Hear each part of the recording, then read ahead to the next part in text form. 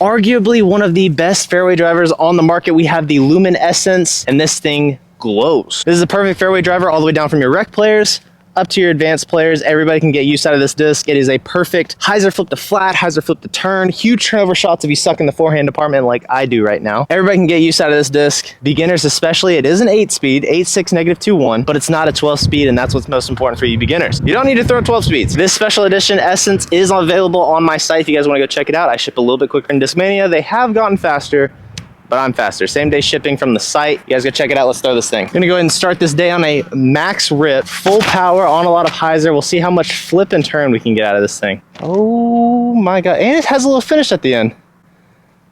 Love when it doesn't just stay turned over. It starts panning out at the end. Today is gonna be fun. Plenty of distance off the tee, probably hit about 400 feet. Just gonna do a fun little finesse forehand. Forehands have been sucking lately. I'll end up throwing one probably on 16 just to lose it, but go ahead and get this puppy warmed up. Oh my gosh, 16 is gonna be so much fun. Before we get to 16, I just wanna show you guys all the shot shapes that I like throwing with this. Hole 1, that's how an advanced player would throw it, but don't sleep on your beginners. We got 300 feet, and this is how this bad boy flies as a beginner. Hold on. That was kind of trash. It has plenty of glide, but give me a second. It's still gliding, actually. Not bad, actually, but I can get it closer. All right, for real this time, here's a lefty throw.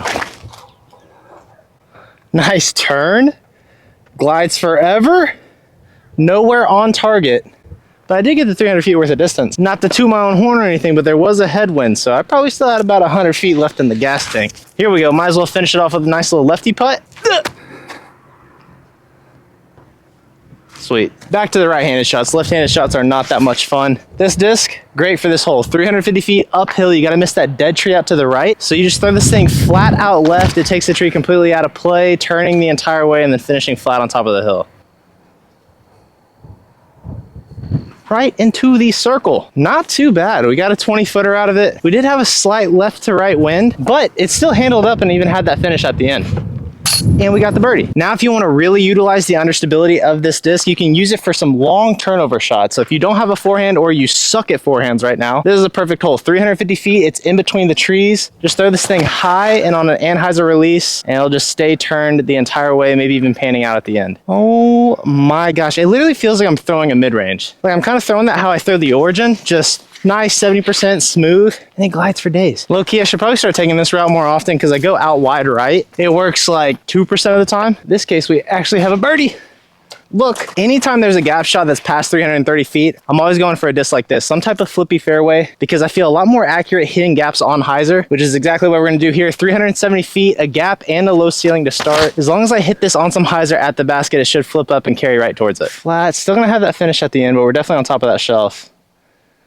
Right at that like 30-foot mark. I haven't been able to park one yet. One more gap shot that I want to try just to see if we can park it before we risk it all on the island hole. That barely went in. I take that back. Let's just do one little ace run on this cheeky 300-foot hole. Then we'll throw the gap shot, and then we'll go to the island. Let's see how close we can get this thing. Maybe? Oh my gosh. All right, on to the gap shot. All right, so this is definitely going to be the hardest hole that we play today. It's 400 feet straight through the gap. Basket's kind of hidden in the shadows over there. Gonna try to throw this like a mid-range, just on some hyzer right underneath that purple tree. See if we can kind of get it to hyzer flip down the gap and hopefully to a park job. No shot. That's not a park job, but I'm happy with that flight. I literally went right underneath that purple tree. Well, we got the circle 2 going straight down the gap, so that's kind of impressive. It's not a bullseye, but it's circle 2. What is impressive is this putt though.